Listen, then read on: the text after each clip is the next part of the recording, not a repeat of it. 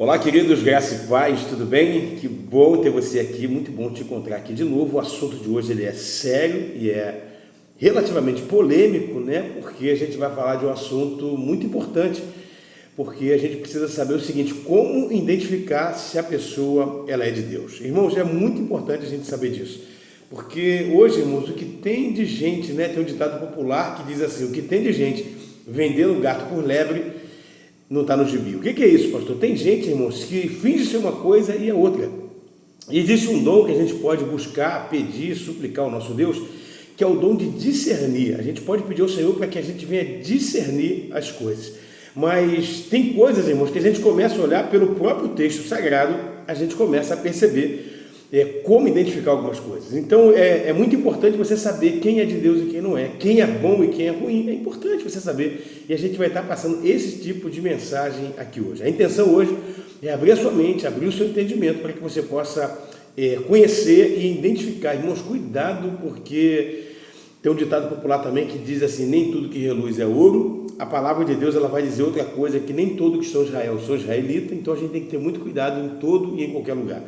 Na família, no trabalho, na igreja, aonde tiver ser humano, nós temos que ter muito cuidado. E é bom a gente ter ciência de como a gente faz para identificar esse tipo de gente. Quem é de Deus, quem não é, quem carrega a presença do Eterno e quem não carrega. E é muito importante, principalmente nos dias atuais, onde a gente vê tanta gente, tanta maldade, irmãos, acontecendo diariamente. Eu não sei se acontece com você, se você tem percebido, mas temos vivido dias difíceis, onde sempre aconteceu, mas agora tem muita gente fazendo maldade com criança, muita gente abusando sexualmente de criança, muita gente sequestrando crianças. Irmãos, é um crime que eu não sei, irmão, se eu estou certo ou se eu estou errado, mas eu aprendi uma coisa que diz que as pessoas só respeitam aquilo que ela teme. Eu acho que as leis, né, elas precisariam de ser mudadas em alguns casos. Em caso de abuso, irmãos, em qualquer situação, na minha opinião, irmãos, a pessoa tinha que pegou lá. Tem como provar? Tem vídeo, tem coisas provando? Até para provar com vídeo hoje é difícil, né? Porque a IA faz você, pega uma foto e faz um vídeo com a sua foto. É uma loucura isso. Mas se tiver uma prova real, verdadeira, contundente, irmãos, teria que ter uma pena mais dura, né? De repente alguém foi lá, abusou de alguém, de uma mulher, de uma criança, seja de quem foi, abusou sexualmente, irmão, vai lá e corta, né, o membro sexual daquele homem para que ele nunca mais possa fazer maldade nenhuma com ninguém. Se fizer com o primeiro, irmão, ninguém quer ser o segundo. É porque a lei é frouxa, então a pessoa começa e ela vai sendo redundante de fazer de novo. E agora, por questões até políticas, alguns vão dizer que o homem que abusa de criança é uma doença, pedofilia é uma doença. Começa a cortar o membro sexual, irmãos, começa, cortou lá, foi reincidente, pastor, mas ele não tinha nada para fazer maldade com ninguém, mas foi lá, abusou de alguma outra maneira, fura o olho dele, começa, mas isso acontecia na lei, né? Hoje a gente está na graça, mas é sobre isso que eu quero que você entenda o seguinte: as pessoas não estão respeitando mais nada, então é muito importante que você consiga identificar o como e quem é a pessoa que carrega uma presença de Deus e quem não carrega. Isso que eu comentei antes com você é uma questão de tentar frear um pouco isso, né? A gente vai viver um período breve, está chegando um período aí do anticristo, a gente sabe que isso está pertinho de acontecer. Depois eu vou gravar um vídeo só falando sobre isso. Se você se interessar por esse assunto, se você se interessar, quiser saber sobre isso, escreve nos comentários que eu vou dar um pause agora no vídeo, escreve lá nos comentários: pastor, eu quero saber sobre o anticristo. E a gente vai gravar um conteúdo sobre isso, porque muita gente vai ser enganado. A Bíblia vai dizer o seguinte, que se possível fosse, enganaria até os escolhidos de Deus. Por que não engana os escolhidos? Porque eles estão atentos, eles estão sedentos, eles estão buscando informação, como você está fazendo aí do outro lado dessa tela. Você está buscando informação, querendo saber mais de Deus, mais da palavra. E hoje um tema muito forte, eu tenho certeza que Deus vai falar ao teu coração. Irmãos, eu quero que você entenda, né? Eu queria fazer um pedido para você: deixe um joinha no vídeo, isso ajuda muito o YouTube a reportar isso para mais pessoas. Se você não é inscrito no canal, se inscreva. Se você já é inscrito e não está sendo notificado dos vídeos quando eu posto, ative as notificações. E eu quero dizer muito obrigado para você que está aqui comigo acompanhando, você que está pela primeira vez e você que está aqui comigo todos os dias. Olha só o que a gente vai aprender. Irmãos, como é que eu faço, pastor, para identificar se alguém é de Deus ou não? Irmãos, tem momentos que é Deus que vai ter que te dar uma sabedoria para poder discernir algumas coisas. Eu fico assim maravilhado com Deus, porque Deus ele deixa um livro tão importante para nós, que é a Bíblia. E a Bíblia, irmãos, eu costumo dizer que a Bíblia, né, quem pegou a época de jornal de papel, né, jornal Globo, Dia, Extra, O Povo, tinha um jornal O Povo aqui na minha cidade, que se torcesse sangrava, era só notícia ruim que tinha na época. E então a gente tira o jornal de papel. E eu costumo dizer que a Bíblia, né, a Bíblia de papel hoje, né, usando a Bíblia de papel, ela é o jornal de amanhã. Ela é tão atualizada, irmãos, que ela fala de coisas que ainda vão acontecer. E eu fico maravilhado com isso, por ter acesso a esse livro. Por enquanto, logo logo vão começar a perseguir a igreja e nós precisamos de saber mais sobre esse assunto. Olha só. Irmãos, como é que eu sei, pastor, para saber se alguém é de Deus ou não? Irmãos, para você conhecer se alguém é de Deus ou não, você precisa de ter um entendimento. Eu vou ler um texto para você aqui que você vai ficar até chocado. Pastor, eu nunca vi ninguém pregar sobre isso. Sabe por quê? Porque as pessoas, irmãos, nos dias atuais, elas estão pregando, né? Hoje tem um tal de hipergraça. Parece que você pode fazer o que quiser, que você não perde salvação, que você não vai ficar distante de Deus. E não é bem assim. E não é bem assim. A Bíblia não fala isso. Tá? A Bíblia fala sobre eleição, ela fala algumas coisas, mas não é bem assim. Eu quero, irmãos, que você entenda o seguinte: pastor, como é que eu identifico então? Fala para mim que eu estou ansiosa para saber como identificar se a pessoa ela é de Deus. Para saber se a pessoa é de Deus, irmãos, escuta o que eu vou te falar. A pessoa que é de Deus, ela exerce misericórdia. Escuta isso. A pessoa que é de Deus, ela exerce misericórdia. Escuta. Quando pega uma mulher em ato de adultério, para pegar alguém em ato de adultério, a mulher tinha que estar se envolvendo sexualmente com quem? Com um homem, sim ou não? Sim ou não? É claro, para ela você pega, mas só que a Bíblia diz que te levam só a mulher. Levam só a mulher até Jesus e falam: mestre, essa mulher, eles queriam pegar Jesus numa pegadinha, né? Queriam colocar Jesus numa pegadinha, porque Jesus estava trazendo um reinado de pregar sobre o amor, e eles estavam querendo aplicar a lei. E ele chegou e falou: mestre, essa mulher foi pega em ato de adultério. E a lei de Moisés diz que ela deve ser apedrejada. Escuta, irmãos, escuta isso, porque isso aqui é muito poderoso. E Jesus, ele pega, irmãos, ele começa a ver aquela multidão pressionando ele. Irmãos, aprenda isso, cuidado para você não agir sobre pressão. Eu vou gravar um vídeo aqui, irmãos, de alguém que matou quem salvou a vida do filho. Depois ele se arrependeu profundamente e não tinha mais o que fazer. Escuta, irmãos, quando alguém é de Deus, ele exerce misericórdia. Jesus, ele pega, irmãos, não dá ouvido para aquela pressão popular, ele continua falando com ele: mestre, a ordem é matar, a gente tem que apedrejar ela, morte por pedrada. E Jesus, ele pega, começa a escrever na areia, e ele fica só deixando o pessoal falar, e cada um vai falando um pouco. Quando Jesus percebe, irmãos, que já era hora de agir, ele vai fazer uma aplicação de misericórdia. O que ele faz, pastor? Ele vai chegar, ele vai dizer uma coisa muito importante, ele vai dizer assim: atire a primeira pedra aquele que não tiver pecado. Sabe o que o texto diz? Que do mais velho para o mais novo não ficou um. Por quê, pastor? Porque as pessoas sabiam quem era Jesus, os fariseus, as pessoas sabiam quem ele era e sabiam que nele não tinha culpa, nele não tinha pecado. E ele falou: olha, quem não tem pecado, é para aplicar a lei? Então faz o seguinte: quem não tem pecado, atira a primeira pedra. Eles sabiam, irmãos, que fazendo esse tipo de pergunta, né, de colocação diante deles, eles começaram a fazer uma análise e falaram: cara, eu não sou digno de aplicar pedrada nela, porque eu também sou pecador. Isso foi um ato até de bondade daquelas pessoas que estavam ali recebendo a orientação do mestre. E Jesus chega no final e falou assim: filha, eles não te condenaram, e eu também não te condeno. Vá e não peques mais. O que ele fez, pastor? Fez um ato, irmãos, de misericórdia com aquela mulher. Outro texto, irmãos, que vai falar sobre até apedrejamento, vai dizer no livro de Atos dos Apóstolos sobre o apedrejamento de Estevão. Estevão, irmãos, foi alguém que estava sendo apedrejado porque eles estavam só querendo libertar o povo pela pregação da palavra.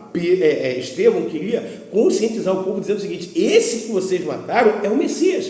Ele começou a pregar de forma veemente a respeito da vinda do Messias, que aquele que tinha sido crucificado era o Salvador, e a Bíblia vai dizer, irmãos, que eles se encheram de ira, de fúria, e começaram a dar pedrada. Eu não sei se você consegue perceber, mas é uma pedra, irmãos, não é aquela pedrinha de obra. Aquela pedra de obra não vai matar ninguém, é muita pedrada para tentar chegar ao ponto de matar alguém. Então é pedra, irmãos, talvez a metade de um paralelepípedo, em algumas situações talvez um paralelepípedo inteiro.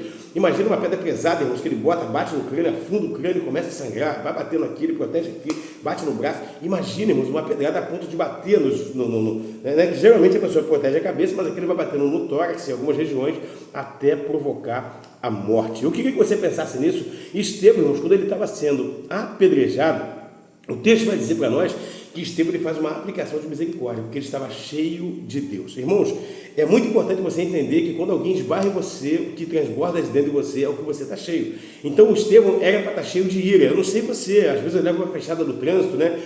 Acontece algumas coisas que a gente fica até aborrecido, fala: meu Deus, por que me fechou? Não tem motivo nenhum, a pista está livre, ele fez de propósito, né? Você fica assim, chateado, não sei se você fica, mas às vezes eu fico e eu paro para pensar o seguinte: eu estou cheio de quê? De Deus. O que eu posso fazer? Ir lá reclamar, murmurar, reclamar? Não, eu vou, se eu estou cheio de Deus, eu vou aplicar o quê? A misericórdia. Então, irmãos, quando Estevão está sendo apedrejado, o texto vai deixar claro para nós que Estevão fala o seguinte: olha para o céu, vê o céu aberto. Escuta, irmãos, quando você está cheio da presença, você vê o céu aberto. Ele olha para o céu, vê o céu aberto, vê o Filho de Deus assentado à direita, e ele fala assim: Pai, perdoa quem está me matando, perdoa quem está me destruindo com pedrada, perdoa quem está me matando, porque eles não sabem o que fazem. Olha o tamanho da presença de Deus dentro de Estevão. Irmãos, eu queria que você entendesse, eu vou gravar um vídeo também falando da diferença do período da lei para o período da graça, do período da lei para a igreja. O plano que Deus tem para um e o plano que Deus tem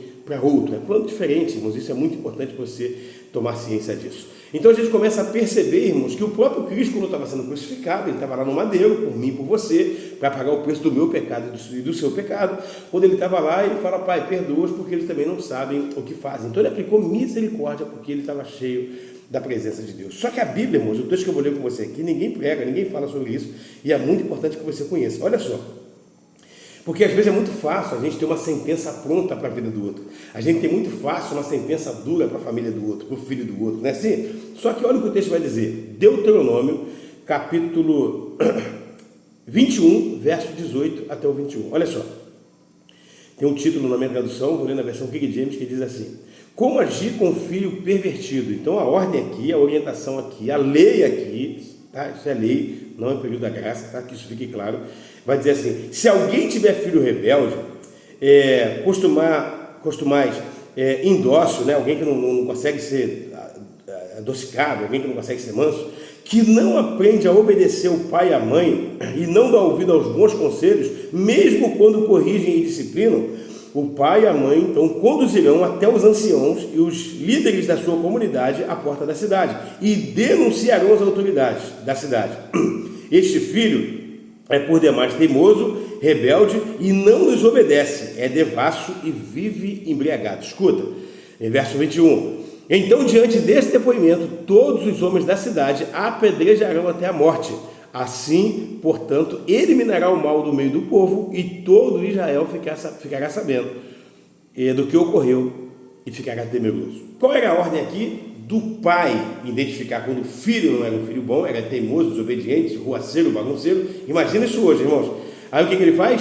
Qual é a ordem? Leva o seu filho para os líderes, para os anciãos, para eles poderem julgar, e afirma para eles que seu filho é isso, e eles vão botar na porta da cidade para ser apedrejado. Sabe quem fez isso, irmãos? Ninguém.